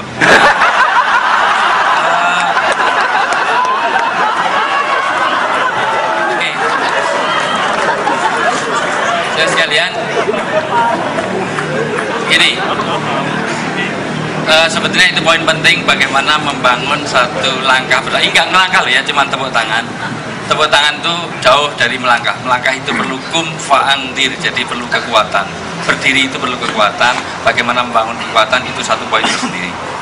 Masalahnya sekarang ini ginilah, saya juga punya banyak hal yang harus saya terangkan. Saya juga baru tahu kenapa kok nama itu menjadi penting juga. Itu karena kenapa orang menamakan dirinya Melinda D.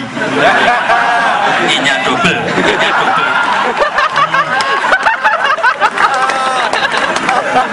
Ternyata ada kaitannya. Dan itu punya makna. Melinda itu melin itu melindungi, da itu dada. Dan di kenapa kok I-nya dua? Karena dua I. Ya. Gak ada hubungannya, gak ada hubungannya.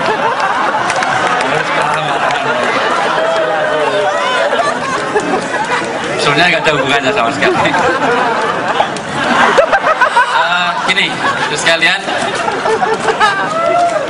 ada beberapa hal yang poin berikutnya memang. Oke, saya biar poinnya saya tangkap dulu dan itu saya akan breakdown di mulai mungkin bulan depan saya nggak bisa, tapi 2 bulan lagi insya Allah bisa.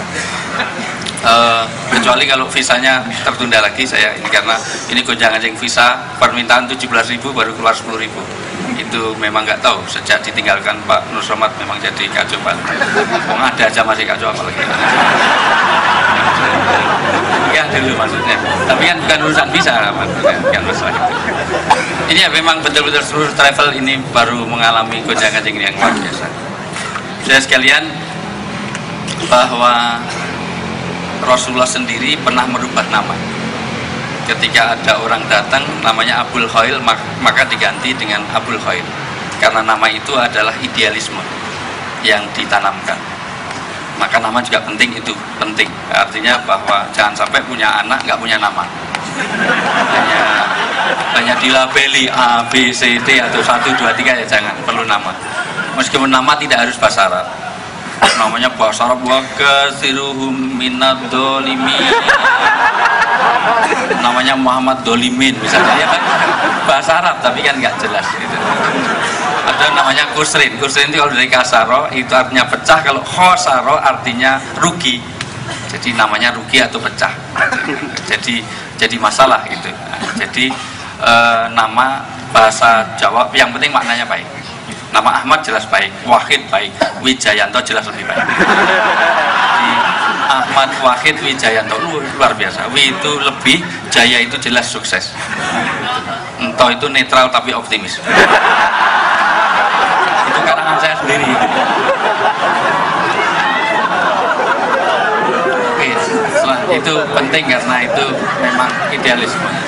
Masalahnya orang Jawa sudah terlanjur bagus kalau meminta nama yang baik itu karena orang Jawa itu memberi nama selalu dikaitkan satu place, time, date dan seterusnya. Kalau tempatnya itu dimensi waktu, Wonosari namanya Sarimin, Sarijo, Sarina, tempatnya lahir di jalan namanya Margono. Margono itu karena lahirnya di Margo, Margono, ononnya di Margo tadi. Itu tergantung pada, bisa juga hari lahir. Jawa itu kan pakai pon wagi keluan. Jadi kalau lahir pon jadi poniman, ponijo, ponira, poni sumlang gitu. Wagi jadi wagimin, wagiyo, waginah, wagirudok Supratman tadi. Ya. Itu karena wagi. Akad itu jadi ngat, maka jadi ngadimin, ngadiyo, ngadiono, ngadi itu. Orang Jawa atau idealisme, karena orang Jawa itu senang pada harta. Nama Harto itu banyak sekali. Suharto, Sugiharto, Sugiharto, Budiarto, cari Harto. Netro Hartono, ada namanya Netro. Netro itu mata, Hartono itu duit. Anda tahu mata duit itu. Idealisme Pancasila maka namanya Siti Pancasilawati, atau orangnya dokter maka anaknya Siti Medikawati, atau orangnya hukum karena dia ahli hukum maka dia pakai Justisia misalnya gitu. pengennya kok makan terus, nama Oriza Sativa. Bagus itu, artinya beras. Ya, kita bisa ke nama sahabat Umar bisa. Umar kok pacarnya Rini, maka tanda tangannya cukup gampang. Urin. Jadi Umar sama Rini. Uyuh. Bisa juga karena prosesnya susah, maka namanya Muhammad Adnan. Ngedeni tenanan. Adnan. Ada proses lainnya gampang, maka namanya Muhammad Daldiri. Ternyata gampang karena medal sendiri, jadi gitu aja. Atau kejadian kalau pas gempa namanya Muhammad Gempawan, kalau banjir namanya Siti Aquawati dan seterusnya. Ada yang karena frustasi, tentu itu tidak kita rekomendasi ya, artinya frustasi, punya anak mati, dua anak mati, maka namanya Bejo, Slamet, Untung, Lestari, mati lagi, maka namanya Muhammad Darwis, Modiar Yowis, mati lagi, malah disebut Muhammad Darmin. Kok Darmin gimana? Modar Yomen. Itu frustasi. Oke, by the way, nama juga punya makna karena itu idealisme orang tua kepada anak. Sebetulnya bukan itu yang mau saya sampaikan, cuman saya ingin menyampaikan sesuatu, maka Behledil Badmedin, begitu kata orang-orang Persia. Kamu lunakkan dulu hatinya, maka agama akan mudah masuk di dalam hati itu. Saya selalu menyampaikan ini karena copet itu bodoh karena dia nyopet dompet, goblok. Seharusnya dia kalau bisa ngambil hatinya, jangankan kok dompet, oh semuanya diserahkan, kehormatan pun diserahkan. Kalau hatinya silahkan kehormatan silahkan diserahkan. Makanya itu, karena jatuhnya laki-laki karena wanita dan jatuhnya wanita karena harta, maka orang yang punya harta walaupun wajahnya nggak menarik, wajahnya mendorong, wajahnya nggak menarik, wajahnya mendorong. Tapi kalau hartanya banyak ya bisa juga. Harta banyak agak terkenal sedikit itu cari yang lebih mudah jauh sekali bisa. Sampai kalau foto minder itu.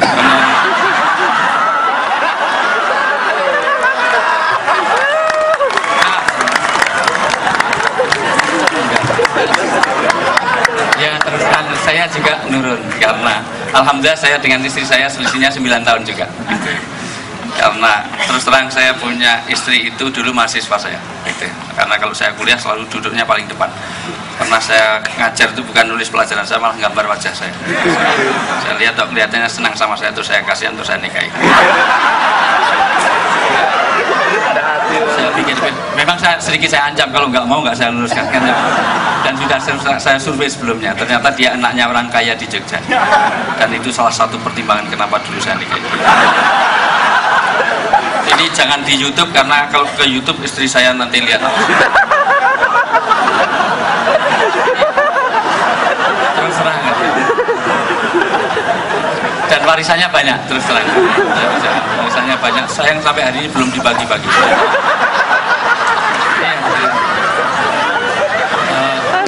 Dan saya hitung 1 M-an pasti saya dapat karena anaknya sedikit dan warisannya banyak. Ya sekalian, tentu saya nggak perlu minta karena itu kewajiban jadi Oke.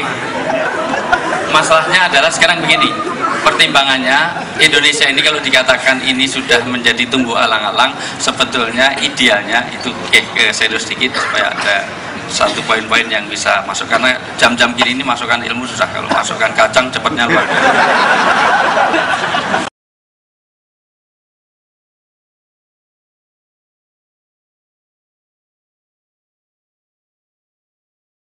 Kacangnya paling akeh. Setelah mangannya akeh. Lebih banyak sebelahnya, malah sak kulitnya dipangan. Barang yang kulitnya belas deh. Oke, saya sian wong ayah kayak kacang bekas wis seneng ra. Padahal sing dibagi mah bar kepidak ning. Tapi injek nanti bang dikek jandun kayak saya bocah. Gak apa-apa, tapi injekannya berkah. Kaos kaki ku insya Allah berkah. Wis seminggu rung tak cuci. Oke, saya sekalian, logika sederhana, ketika itu jadi padi tadi, maka padi itu yang datang paling rumput. Dan ketika masih ada rumput masih nggak masalah. Karena rumput itu yang datang adalah binatang ternak. Binatang ternak itu tidak membahayakan. Nanti akan saya breakdown next time ya, tapi ini teori marketing lagi. Jadi gini, biar saya diundang lagi. Dan undangannya aja selalu salah. Undang saya itu selalu Jumat, dan saya belum pernah dalam sejarah bicara berpuluh-puluh kali di Kenduri Cinta bicara di hari Jumat. Selalu di Sabtu. Kadang-kadang saya serius ya. Belum pernah sejarahnya. Ini Sabtu loh, sorry, saya mulai tadi sudah Sabtu. Ketika dipersilahkan Sabtu loh, undangannya Jumat gitu. Makanya jangan pernah Anda hadilah tiap Jumat kedua. Ini sudah bukan Jumat kedua, ini Sabtu kedua. Tolong ganti, dan kawan-kawan itu ngerti dino sana. Gemblung lah ya. Oke, saya sekalian, ketika itu masih jadi tanaman itu ada rumput nggak masalah, karena yang ada adalah binatang ternak. Binatang ternak itu menurut Al-Ghazali itu masih hanya tidak tolerir saja, tidak peduli saja, tetapi tidak membahayakan. Kambing itu paling nggak peduli, yang sebelahnya disembelih ini masih enak tunggang-tunggangan. Betul, saya itu sering kok, malah saya foto kok. Saya foto sampai ada binatang korban itu, kalau korban itu yang satu disembelih, itu satunya iso, masya Allah, iso apa tadi, ya, masya Allah itu bisa seperti itu, karena ini hanya tidak peduli saja, mau kencing mau berak dimanapun tidak peduli, tapi nggak apa-apa. Tetapi kalau sudah tumbuh alang-alang, maka yang datang adalah binatang buas. Kalau sudah binatang buas, bukan hanya tidak peduli, tetapi membahayakan yang lain. Yang terjadi adalah kebuasan, nasabah menjadi tidak aman, beli pulsa dihapusin karena ayu gitu. Jadi hanya kecantikan itu bisa menghapusi pulsa kemana-mana dan seterusnya. Dan itu menjadikan satu hal, pajak saja susah. Makanya dulu itu seandainya negara itu bubar loh, seandainya oke, karena pajak nggak bisa dipercaya, maka tidak ada satupun yang pajak, itu bubar negara ini. Jadi membubarkan nggak usah repot. Tadi yang cara keempat tadi, yang keempat itu sederhana cara membubarkannya, tidak bayar pajak. Mulai besok kalau nggak ada yang bayar pajak, negara akan bubar. Nggak usah reformasi, nggak usah, pokoknya nggak mau bayar pajak, selesai. Itu seumpama. Kira-kira seumpama, jadi hanya perumpamaan, jadi nggak ada delik hukumnya, seumpama. Jadi sekalian, kalau ada sedang buas, binatang buas, maka dia akan membahayakan, dan kalau itu dibiarkan alang-alang ini, maka nanti akan tumbuh menjadi hutan. Kalau menjadi hutan belantara, maka yang terjadi bukan binatang buas yang datang, binatang berbisa. Binatang berbisa itu tidak hanya membahayakan, tetapi dia berbuat jahat karena iseng. Datus suhumi itu adalah kalajengking. Kalau harimau itu makan karena dia butuh makan, oke. Tapi kalau kalajengking itu dia menyengat hanya karena isengnya, bahwa binatang bisa. Jadi dia tidak doyan daging, tetapi dia nyengat. Lu ngapain nyengat? Iseng. Dan bahaya sekali kalau orang dah iseng. Tadi di dalam surat At-Toha, saya masih hafal Quran, alhamdulillah.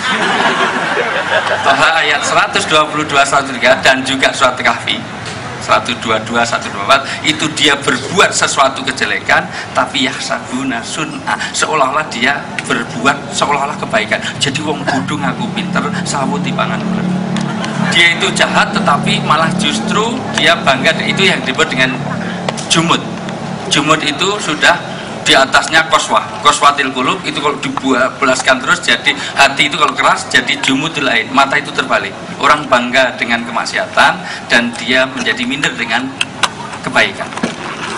Orang bawa Quran enggak kok, ini cuma majalah, karena dia malah minder. Kalau bawa komik majalah, luar biasa, itu dengan senang hati. Artinya orang nyopet malah diceritakan, nyolong nyuri mangga kok nggak ketahuan. Wah, gimana ini bicaranya kalau ada bawa sarung, kalau ada itu semua. Bahkan dikejar polisi nggak ketangkep itu bangga, menghamili orang itu bangga.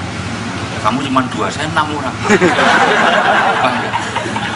Dan orang kalau udah iseng begitu luar biasa. mosok kamu korupsi cuma 5 miliar, saya itu sak orang-orangnya saya servis. Nah itu namanya ada kebanggaan. Jadi dia memperkosa bukan karena istrinya nggak cantik, yang diperkosa rumah pembantu rumah tangga, tetapi karena iseng. Mosok saya nggak pernah memperkosa. Jadi sesekali ya rasa gudeg, rasa rendang, rasa itu semuanya. Dan itu laki-laki, mohon maaf, laki-laki itu biasanya ada rasa seperti itu. Jiwa petualangannya tinggi dan memorinya sangat rendah dalam hal tertentu. Kalau kepada anak itu lihat anak kecil, iya ingat anaknya. Lihat sendal kecil, ingat anaknya. Sepeda kecil, ingat anaknya. Tapi kalau lihat gadis besar, dia lupa anak dan istrinya. Jadi itu laki-laki. Laki-laki memang semua laki-laki lah, semua laki-laki. Nggak usah munafik dan itu jelas. Makanya saya nggak suka laki-laki sampai detik ini. Serius saya nggak mau laki-laki. Yang heran itu kenapa mbak-mbak seneng sama laki-laki itu, heran sekali saya. Belum tahu dia.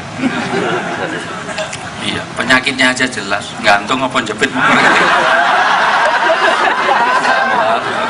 Anyar ya, anyar. Tapi hanya bisa di maknya yang saya bisa nyampaikan itu. Ngomong di tempat lain nggak berani. Pemenang yang TV, jamaah. Alhamdulillah min dzalik.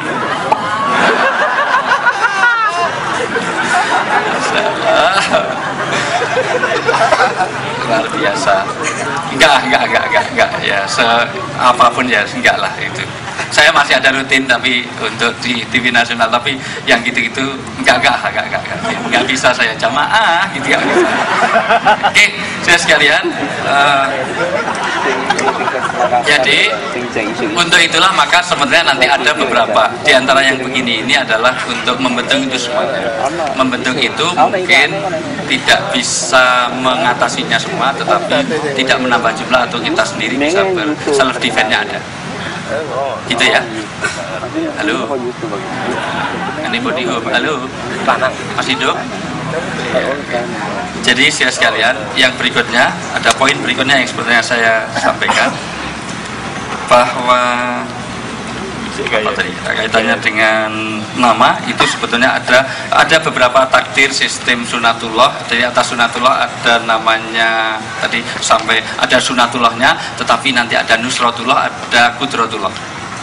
Biasanya sunatullah kita jalankan itu sudah mengundang pertolongan pintu khazanah Allah, tetapi juga nanti ada namanya nusroh dari Allah. Nusroh itu sendiri masih belum, kalau itu belum sampai nanti ada kudrohnya Allah. Kudroh Allah itu nggak perlu pakai sebab. Artinya sebabnya nggak usah pakai itu. Pokoknya pengen selamat dikejar Fir'aun, idrib asokal bakar. Yang ngejar itu siapa? Fir'aun. Nabi Musa itu dikejar Fir'aun, tetapi pukulkan tongkatmu ke laut. Yang ngejar siapa? Yang disuruh mukul, yang dipukul? Masuk akal nggak? Kalau itu yang diperintah adalah panitia kenduri jin, pasti juga protes. Malaikat itu salah ketik ini. Salah ini, error ini masih. Coba si demo flash diskmu mesti kena virus ini. Wong yang ngejar itu Fir'aun kok yang dipukul? Harusnya idrib asokal batuknya Fir'aun, kan gitu kan? Padahal Musa itu tongkatnya kalau dipukulkan itu jadi ular. Dan tangannya Nabi Musa itu kalau ditaruh di sini dikeluarkan bercahaya. Itu mujizat Musa. Lah kalau nggak usah pakai logika, sunat gampang kalau pakai sunatullah saja. Pokoknya Fir'aun datang, ini langsung masukkan. Diturunkan, wah silo banget, terus titik.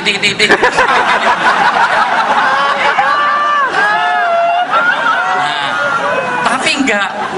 Kudrohnya Allah itu berjalan, yang ngejar Fir'aun yang dipukul, dan disitulah pukulnya laut sampai selamat. Tapi itu ilmu yang agak nggak level kalau ini. Jadi ya nanti lahirnya susah ngomongin rumah bodoh-bodoh. Ya gimana ya, maksud saya ya mungkin minimal jerapah lah. Jerapah itu tell me telat mikir, maksudnya nanti mungkin 2-3 tahun lagi paham saya maksudkan. Jerapah itu nginjek paku sekarang itu 3 hari baru terasa sakit karena laporannya ke otak itu lama banget. Lewat leher 2 hari, balik lagi sehari, aduh sakit, kenapa?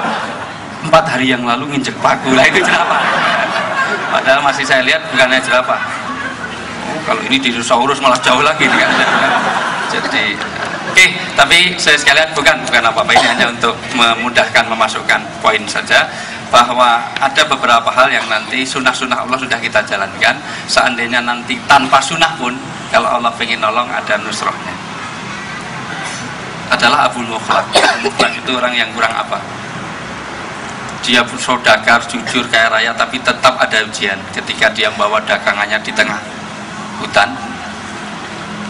Biar ya, tidur, karena tidur itu adalah karena ada ketenangan dalam hidup. Gitu. Orang kalau susah nggak bisa tidur. Dan itu tidur. Tidur itu ada 3, 1 tidur yang robani, 2 tidur yang syaitoni, 3 tidur yang fitri. Tidur yang robani itu tidur karena dalam hal maksiat dia mudah tidur, dalam hal taat dia sulit untuk tidur. Tidur yang syaitoni itu kalau ngon pengajian langsung turu, neng konser ajeb kata-kata melek terusan. Nah itu syaitoni. Nah yang ketiga fitri. Mudah-mudahan kita hanya fitri aja. Ini nggak wajar. Pertemuan kok sampai hari Sabtu, undangannya Jumat ini jangan, maka tidurlah semuanya. Sulit saya lanjut, kayaknya memang terganggu saya untuk bagaimana masukan. Tapi ada beberapa hal yang harus kita buat, bahwa ternyata 1 tentang bagaimana membangun kebersamaan, tentang melangkah bareng, dan itu penting melangkah itu karena orang itu harus ada sunatullahnya. Anda kalau ada doa terus nggak pernah melangkahkan kaki, mengangkatkan tangan terus, tidak akan terkabul. Ya Allah minta anak, ya Allah minta anak, ya Allah. Kamu udah nikah belum? Belum. Apa di SMS itu tadi? Ganti SMS itu, SMS-nya vibrator. Bisa bicara gini, pelendung. Dikira iso di vibrator. Nah, jadi tentu itu ada sunatullah yang kita bangun, dan ini adalah membangun sunatullah. Dan nanti kalau Allah pengen nolong, nggak pakai sunatullah juga bisa, pakai nusratullah.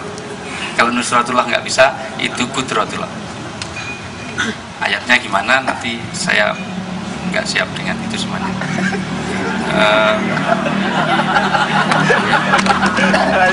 Saya hafal tapi kamunya nggak hafal, itu masalahnya. Saya nyebut nggak begitu, jadi masalahnya nggak sampai karena ini artinya ya ada mishandling gitu lah, artinya nggak matching. Matching itu gini, apa kabar? Baik. Apa kabar? Baik. Apa kabar? Baik. Nah, ternyata itu namanya matching.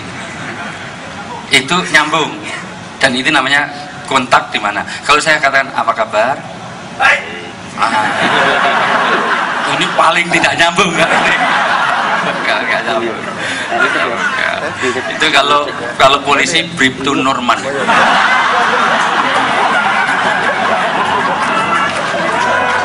Bagus sekali. Oke, kayaknya saya tidak bisa membuat satu hal yang kaitannya. Ini baru 4 poin, berarti masih sekitar 90. Tetapi bagus nanti kalau diperdalam. Sebenarnya kalau nama itu bukan sekedar tanda, di atas tanda ada indeks, di atas indeks itu ada ikon, di atas ikon ada simbol.